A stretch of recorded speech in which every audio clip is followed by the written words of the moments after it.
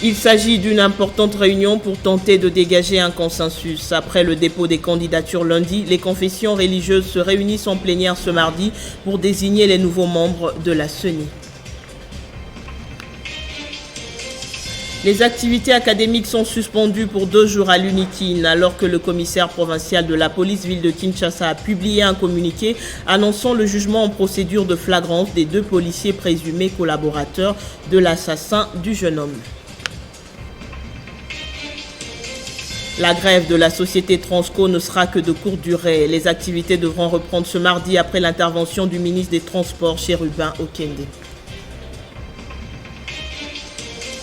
Réconciliation en Côte d'Ivoire. Il s'agit d'une rencontre historique entre le président Ouattara et l'ex-président Laurent Gbagbo prévue au palais présidentiel. Le journal sur Télé 50, bienvenue à tous.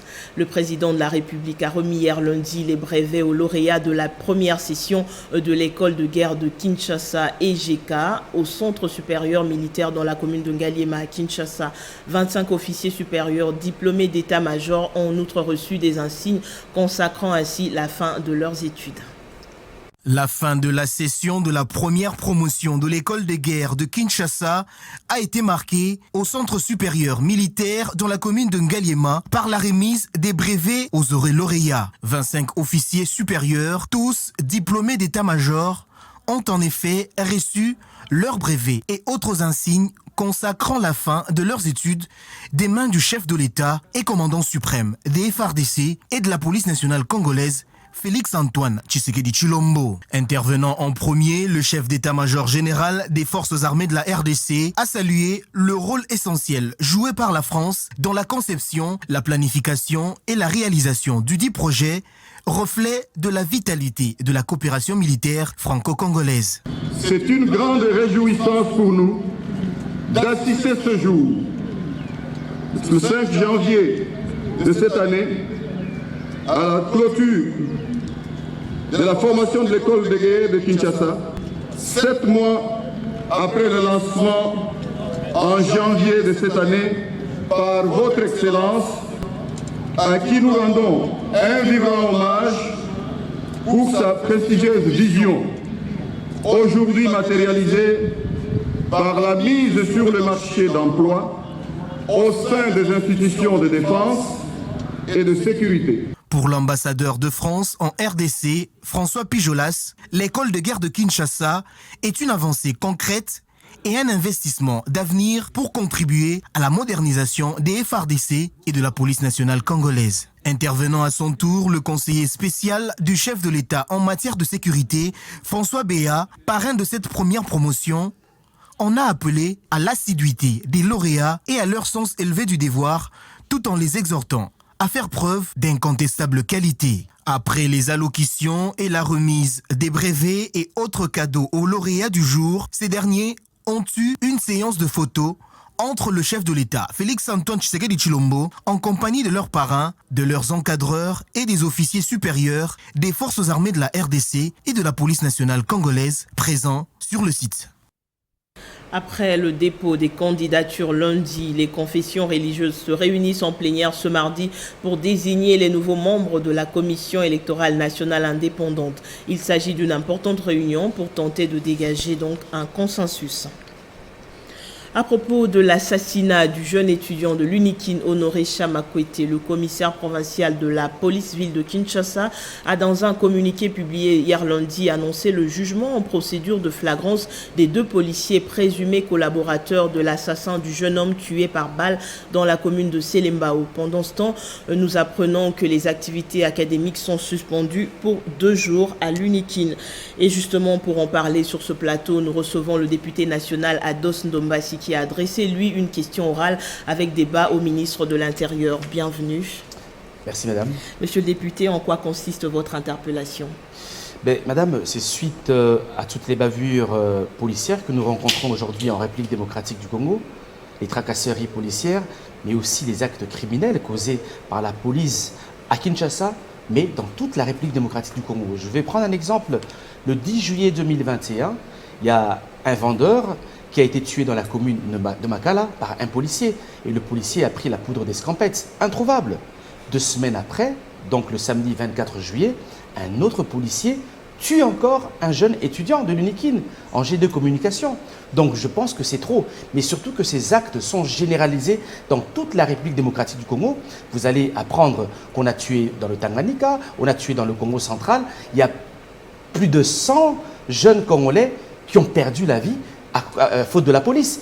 Et c'est pour ça que nous avons décidé, en tant que député national, de présenter une question orale avec débat que nous avons déposée au niveau du bureau de l'Assemblée nationale, question orale avec débat adressée au vice-premier ministre de l'Intérieur, chargé de la sécurité, décentralisation et affaires coutumières, qu'il vienne répondre devant les députés, que nous puissions comprendre ce qui se passe. Vous comprenez, madame? Donc, nous pensons qu'il y a un gros problème du côté de la police et surtout que nous avons besoin d'avoir une police, comment je peux dire, professionnelle. Mais justement, est-ce que le problème ne réside pas au niveau du recrutement des policiers en question? Mais je suis totalement d'accord avec vous.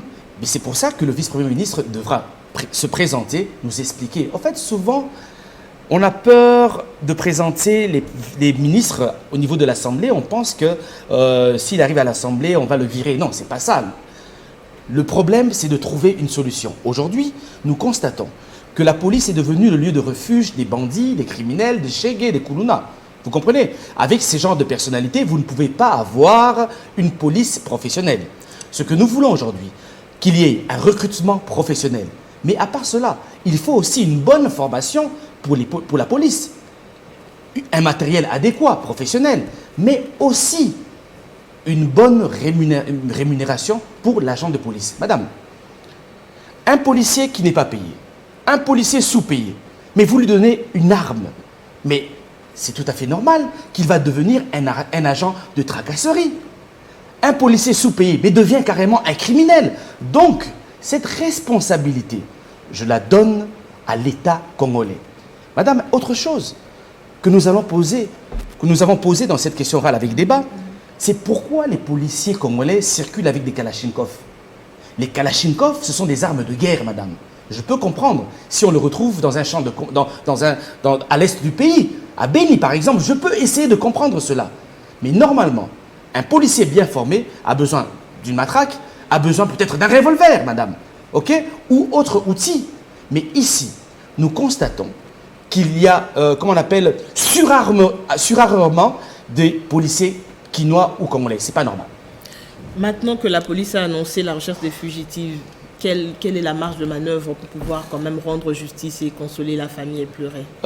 Madame, je constate ceci, qu'à chaque fois qu'il y a des bavures policières, les policiers sont introuvables. Il y a quelque temps, si je ne me trompe pas, l'année dernière, j'ai enterré 2 jeunes gens de 14 ans et 17 ans qui ont été tués par des policiers dans la commune de Makala, madame. Et les mêmes policiers... Votre circonscription électorale. Voilà, tout à fait. Donc, Makala se trouve dans ma circonscription électorale, je suis de la Funa. 2 jeunes ont été étudiés ont été tués, excusez-moi. Et jusqu'à ce jour, les policiers sont introuvables. Je pense aujourd'hui, madame, qu'il faut non seulement punir ces policiers, mais aussi les officiers. Vous comprenez? C'est trop facile de punir un policier qui a été mal recruté.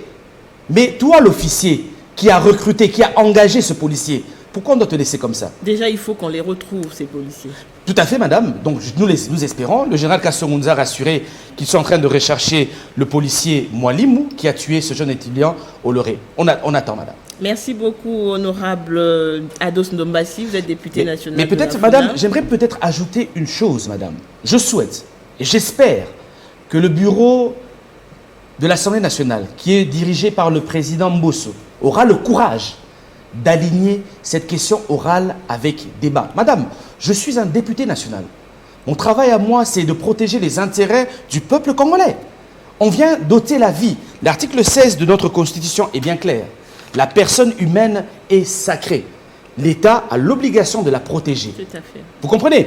Donc aujourd'hui, il y a une question orale qui a été déposée. J'espère que le président Mbosso aura le courage d'aligner cette question orale avec débat, Nous avons besoin du vice-premier ministre de l'Intérieur qui vienne nous expliquer, qui vienne nous parler de toutes ces bavures policières, de tous ces actes criminels que nous avons, à répétition, que nous avons en République démocratique du Congo. Les tracasseries policières, madame, dans certains pays, sous d'autres cieux, quand vous rencontrez un policier, vous vous sentez en sécurité. Vous vous approchez du policier. Mais à Kinshasa, dès que vous rencontrez un policier, vous paniquez. Parce qu'il va vous harceler ou il va même peut-être vous anarquer.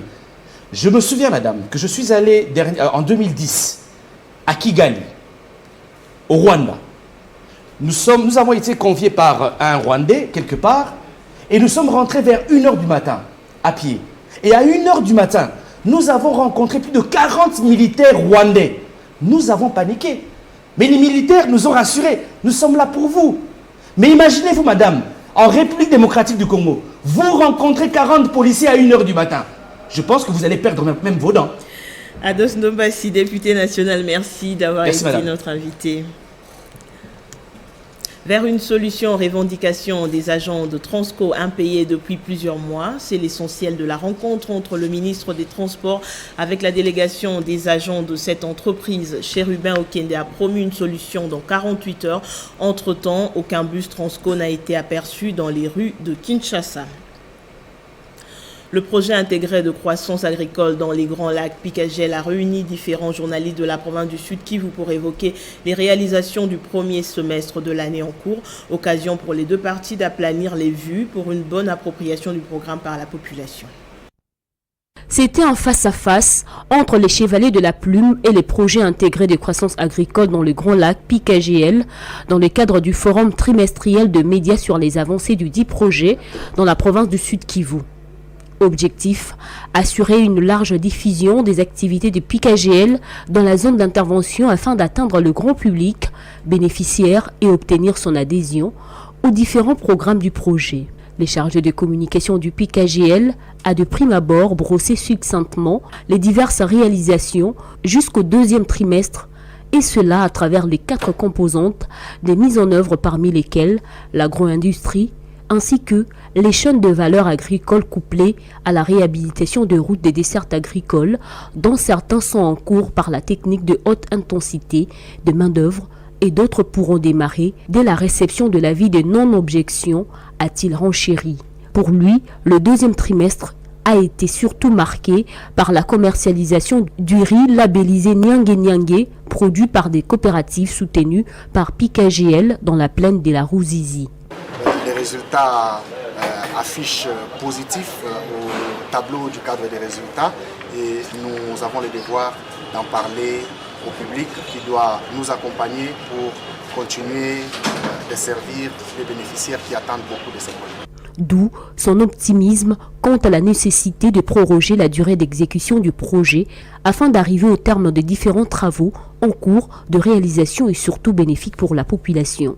Nous sommes en train d'attendre la décision finale de la Banque mondiale et du gouvernement de la République pour savoir quelle sera la suite par rapport à la sollicitation de l'extension du projet au-delà du 31 décembre 2021.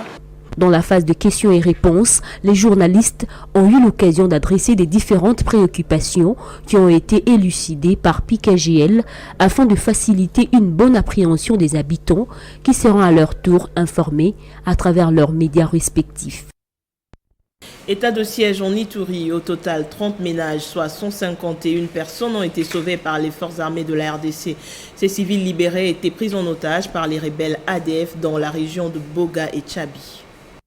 Ils sont plus de 30 ménages, soit 151 personnes, sauvées par l'armée régulière dans l'ombre de la mort des ADF MTN, Aïdou, en chefferie de Walais-Sevonkoutou, en territoire du Roumou. Il s'agit notamment des habitants de différents villages de la chefferie de Banyal Tchabi, Baïma Boga et Mitego, jadis kidnappés par ces rebelles ADF. Lors de leurs incursions, ces compatriotes servaient de boucliers humains devant la fournaise ardente de FRDC pendant la traque de ces rebelles ADF à Boga et Tchabi.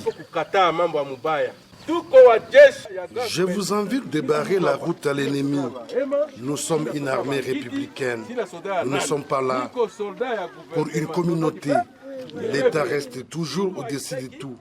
La paix reviendra dans cette région.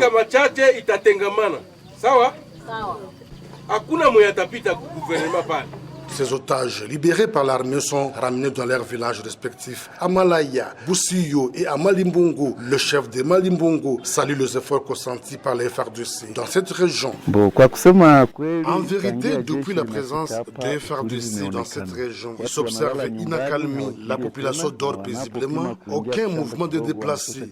L'une des victimes remercie l'intervention des FARDC. Lorsqu'on nous a pris en brousse, les soucis ultime de ces ADF était de nous enrôler dans leur mouvement. Sous la puissance des feux de FARDC contre ces rebelles ougandais, nous étions obligés de fuir et accueillis par le FARDC. Cette action témoigne la détermination du gouverneur militaire de l'Ituri, le lieutenant général Luboyanka Chamadjoni, à concrétiser la volonté du commandant suprême de FARDC, Félix Antoine Tshisekedi Tshilombo, celle de restaurer la paix en Ituri. Nous avons décidé de faire le constat et évaluer la situation sécuritaire ici, après que les forces armées aient mis en déroute les rebelles de ZADF. Voilà, aujourd'hui, grâce aux forces armées qui sont déployées ici, cette armée a libéré plusieurs ménages qui étaient pris en otage, en brousse, par les rebelles. Pour l'instant, l'armée poursuit les opérations dans la zone en vue de mettre dans l'oubliette l'histoire de ces ZADF. À Lubumbashi, la ministre du Genre, Famille et Enfants, mission officielle, a participé à l'atelier de la zone de libre-échange de commerce en Afrique. Elle a également reçu en audience le représentant de la délégation de l'Union européenne à Kinshasa qui était aussi en mission de service dans le Grand Katanga. En premier lieu, l'autorité provinciale Jacques Kaboulakato a reçu la ministre nationale du Genre, Femmes, Famille et Enfants, Gisèle Ndaya Luseba, en mission officielle à Lubumbashi. Elle a signifié au gouverneur l'objet de sa présence dans le Haut-Katanga, à savoir participer à l'atelier du libre-échange de commerce en Afrique. Les deux personnalités ont également parlé de la situation alarmante des kidnappings d'enfants en province depuis un temps. J'étais venu d'abord présenter des civilités à son Excellence, Monsieur le gouverneur de province. Et en même temps, je l'ai trouvé dans une situation très alarmante qui concerne le kidnapping des enfants ici au Katanga. Une situation qui me surprend en tant que ministre du Genre, Famille et Enfants. Sincèrement, c'est une interpellation pour voir en quelle mesure nous pouvons échanger longuement avec la ministre provinciale et aussi l'autorité provinciale pour essayer un peu d'éradiquer cette situation parce que pour le moment, le chef de l'État, voire même l'autorité provinciale, tous nous avons besoin de la paix.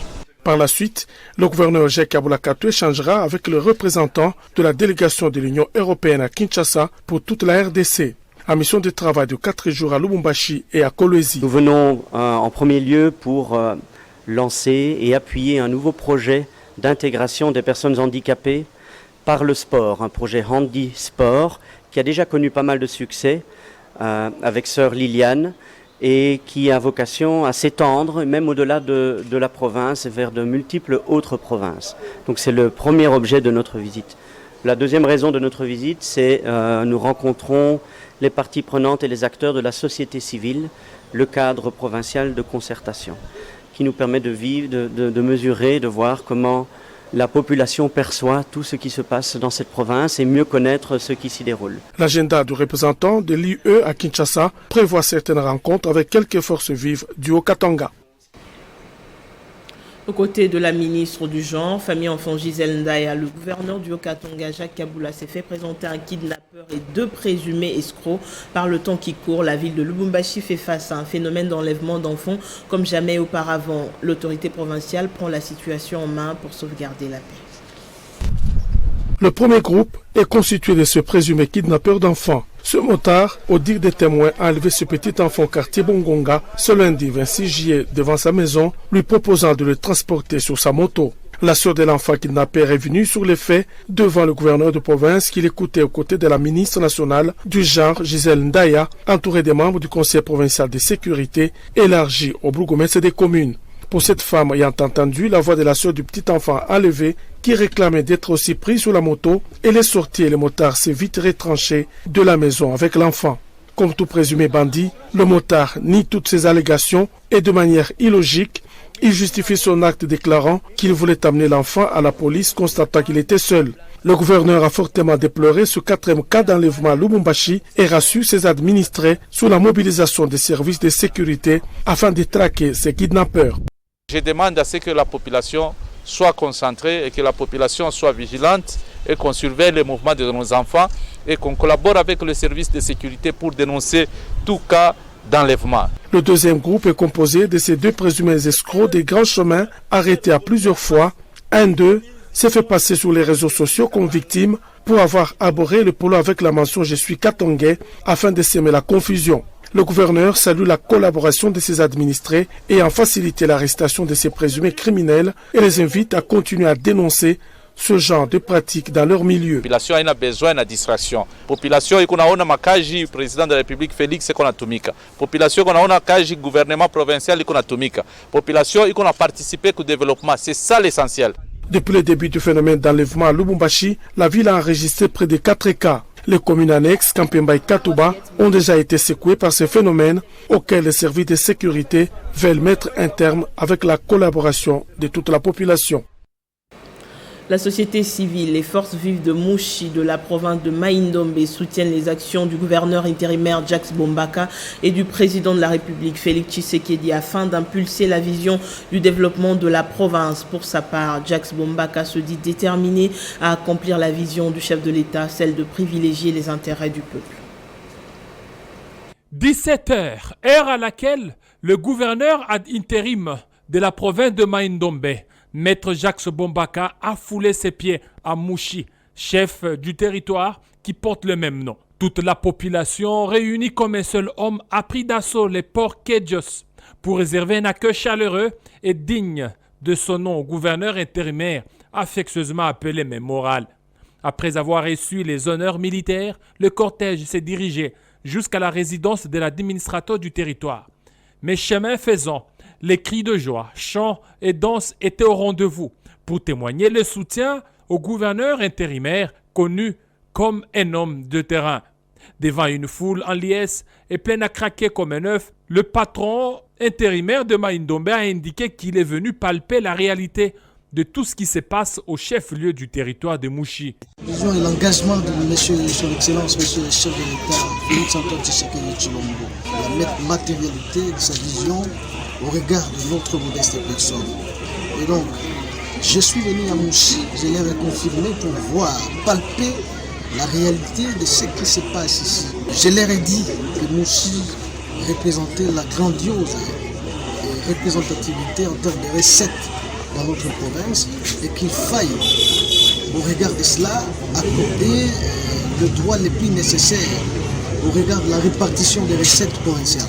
Il est à noter que Jacques Bombaka a été accompagné du comité provincial de sécurité et il a décidé de passer leur première nuit à Mouchi où le numéro 1 intérimaire de l'exécutif provincial procédera à la cérémonie de l'inauguration d'un marché construit par les députés nationaux Didas Pembe.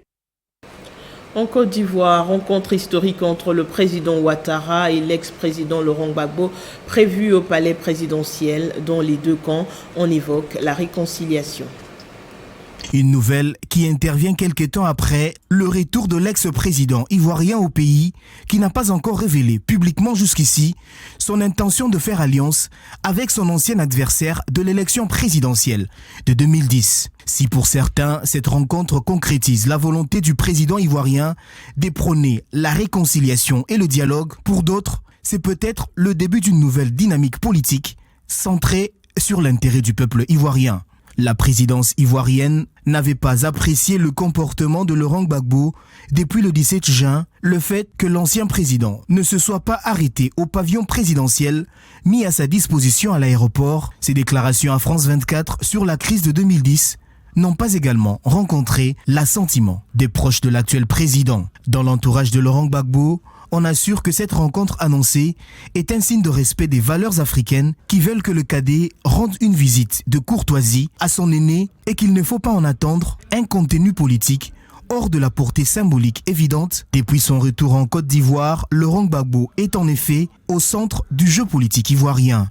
Alors que ses partisans insistent volontiers sur son souhait de travailler en faveur de la réconciliation nationale, l'ex-président s'est montré souvent offensif et a rappelé à plusieurs reprises qu'il comptait toujours jouer un rôle politique. Lors de sa récente rencontre avec son nouvel allié, Henri Konan Bédié, Laurent Gbagbo avait insisté sur le respect des textes, faisant ainsi référence au 3e mandat contesté auquel a été réélu Ouattara le 31 octobre 2020.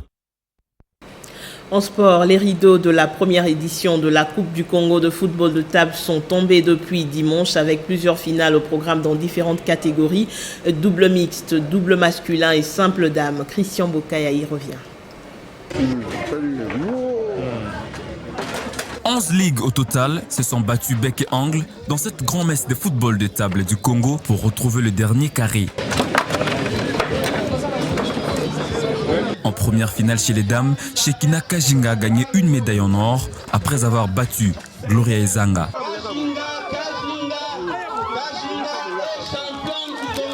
Après une prestation impressionnante dans cette Coupe du Congo, la Ligue de Kinshasa Ouest n'a pas fait les poids face à la Ligue de Kinshasa Centre portée par Mukendi Mukuna.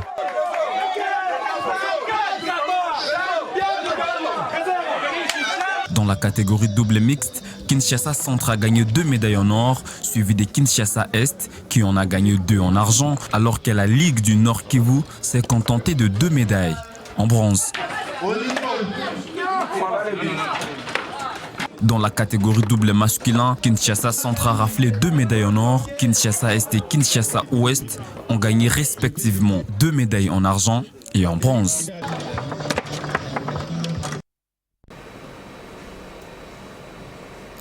Le ministre des Sports et Loisirs, Serge Kondé, a reçu hier en audience le député national Claude Nyamugabo pour aborder la question liée aux infrastructures sportives dans la province du Sud Kivu, plus précisément du stade Kamaré, dont les travaux ont été lancés depuis janvier 2018. La relance des travaux de construction du stade de Kabaré dans la province du Sud Kivu a fait l'objet d'un entretien entre le ministre des Sports et Loisirs Serge Kondé Chembo et le député national Maître Claude Nyamugabo. Lancé il y a 3 ans, ces travaux sont actuellement à l'arrêt. Le stade pour lequel les travaux ont été lancés depuis janvier 2018, soit 3 ans et demi aujourd'hui, n'a pas vu s'accélérer la vitesse à laquelle il faut pour que les travaux soient terminés. Et 3 ans et demi après, je pensais qu'il était utile de venir voir le ministre national des Sports en vue de les sensibiliser et faire le lobbying qu'il faut pour que la jeunesse du Sud Kivu qui attend ces infrastructures retrouve très rapidement un stade moderne. Les infrastructures sportives restent les tendons d'Achille pour le sport en République démocratique du Congo. Un peu plus tôt, le ministre des Sports a reçu dans son cabinet de travail la basketteuse Eve Wembanyama, vainqueur de l'Euro Challenge 2021 avec l'équipe de France de moins de 20 ans. J'ai appris que les Jeux de la francophonie allaient sûrement se dérouler au Congo, donc c'est un grand et beau projet, donc j'espère qu'il sera abouti et j'aimerais bien savoir comment ça se passe, pouvoir peut-être y participer. Née de père congolais et d'une mère française, Eve Wembanyama est en RDC pour la première fois, une occasion pour elle de découvrir à la fois le pays de son père, la RDC, et comment le basketball s'y pratique.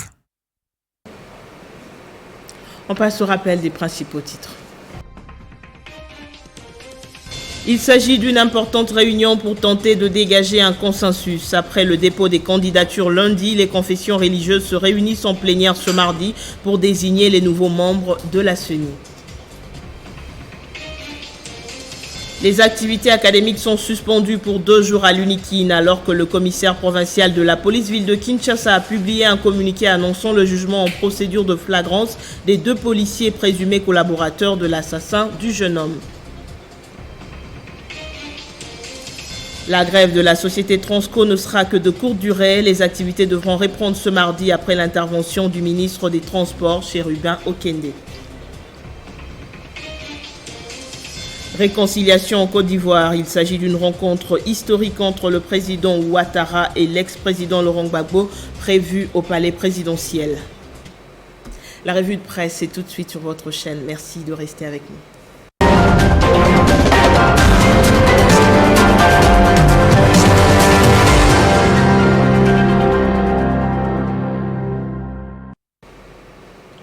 Et c'est dans une sélection de Jenny Kayembe qui nous rejoint de l'autre côté du plateau. Bonjour et bienvenue Jenny. Merci Amina Bayombo, bonjour à tous. Présidentielle de 2023, la FDCA de Bati Lukwebo se range derrière Félix Tshisekedi.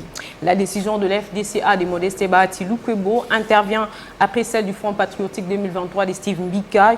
C'est clair, Amina Bayombo, que Félix Tshisekedi bénéficie déjà du soutien des partis et regroupements politiques membres de l'Union sacrée de la Nation qu'il a lui-même initié. L'annonce a été faite hier à l'issue de la réunion extraordinaire de la conférence des présidents des partis et personnalités de ces regroupements politiques, élargie aux députés nationaux, sénateurs et ministres. Membres de ces regroupements politiques, rapporte Forum des As. 2 ans avant 2023, il n'y a plus de doute possible. Bati s'affiche ouvertement derrière Félix Tshisekedi. Le président du Sénat va apporter son électorat de l'Est à Fachi, comme aussi des autres coins de la République démocratique du Congo. Et pour sa part, Steve Mbika invite les membres du gouvernement à plus d'efficacité afin de poser les jalons du 2e mandat du chef de l'État. Pour les présidents du Parti travailliste, ce qui est des positifs jusque-là, c'est à mettre dans l'actif du président de la République. Mais ce qui concerne les résultats du gouvernement, le peuple s'impatiente encore et attend de solutions de la part du gouvernement. Complète actualité.cd. CENI, les confessions religieuses se réunissent en plénière ce mardi. Effectivement, déjà hier lundi, la plateforme des confessions religieuses a reçu les candidatures pour la présidence et pour une place à la plénière de la Commission électorale nationale indépendante. Pour sa part, actualité.cd note, les kumbanguistes portent la candidature des Kadima, les catholiques présentent les dossiers des Betoko et les protestants ceux de Kawata et des Bernard Lututala. Et des réactions ne cessent de tomber après la dernière déclaration des confessions religieuses au sujet de la désignation de leurs représentants à la Commission électorale nationale indépendante. En fait, dans un communiqué publié le 23 juillet dernier, les représentants des confessions religieuses ont affirmé leur détermination à ne pas céder à toute tentative de perturbation du processus électoral capable d'apporter une nouvelle ère des élections mieux organisées pour l'alternance démocratique en 2023. Renseigne c-sur-site.cd pour la force grise repris par ce site. Les membres des confessions religieuses ont violé les principes de neutralité. Elle propose ainsi les remplacements de ses membres par une nouvelle équipe. On va terminer avec cet insolite, un léopard des neiges testé positif au Covid. Comment est-ce possible ?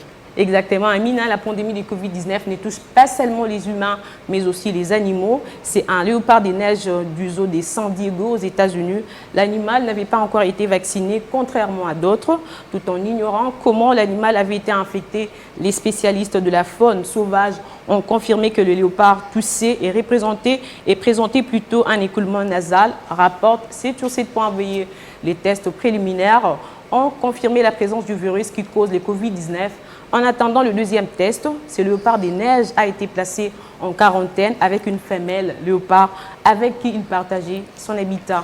Merci beaucoup Jenny Kayembe pour votre revue de presse. Merci à vous autant. Merci à tous de votre attention. Le journal revient dans moins d'1 heure sur votre chaîne. À très bientôt.